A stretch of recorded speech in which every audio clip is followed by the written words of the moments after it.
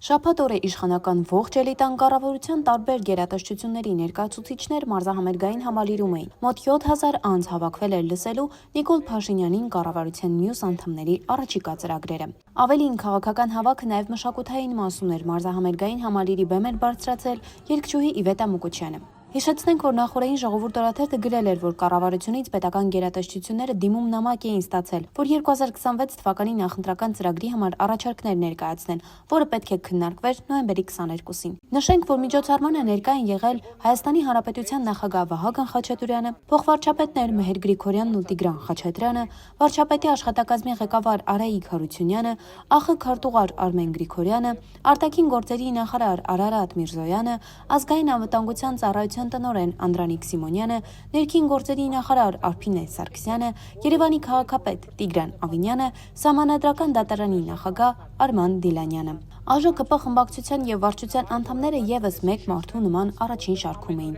խմբակցության ղեկավարից մինչեւ շարքային падգամավոր։ Երևանի ԿՊԱ-ական ավականու անդամները, պետական համակարգում աշխատող քաղծառայողները եւս Կարեն Դեմիրճյանի անվան մարզահամերգային համալիրում էին, երբեմն լայվ էին մտնում հիացած Նիկոլ Փաշինյանի ելույթով։ 7000 հոգանոց պետական աշխատողների համար կազմակերպված համաժողովը կտրուկ դարձավ համերգ երեկո, երբ բեմ բարձրացավ Իվետա Մուկուչյանը։ Իվետան նաև ինստագրամյան հրապարակում էր արել գրելով. «Եկեք չքաղաքականացնենք, բայց հաճելի էր վարչապետի կողմից ընտրվել միակ արտիստ ելույթ ունենալու Հայաստանի Հանրապետության պետական մարմինների ներկայացուցիչների առաջին համաժողովի ժամանակ 7000 քաղաքական գործիչների առաջ», գրել էր Իվետան։ Միջոցառումը հանրային հնչողություն ստացավ նաև այն ժամանակ, երբ ազգությամբ ռուս բլոգերները տեսանյութ հրապարակեցին, զարմացած հարցնելով՝ ով են այս մարդիկ։ Հարցական էր, թե միջոցառումը կրելով պետական մարմինների ներկայացուցիչներ կապակցությունը ինչու էր հյուրընկալել աշակերտներին, այդ թվում ինչպես էր որոշվել, թե որ դպրոցի տնօրենը եւ աշակերտները պետք է ներկա գտնվեին։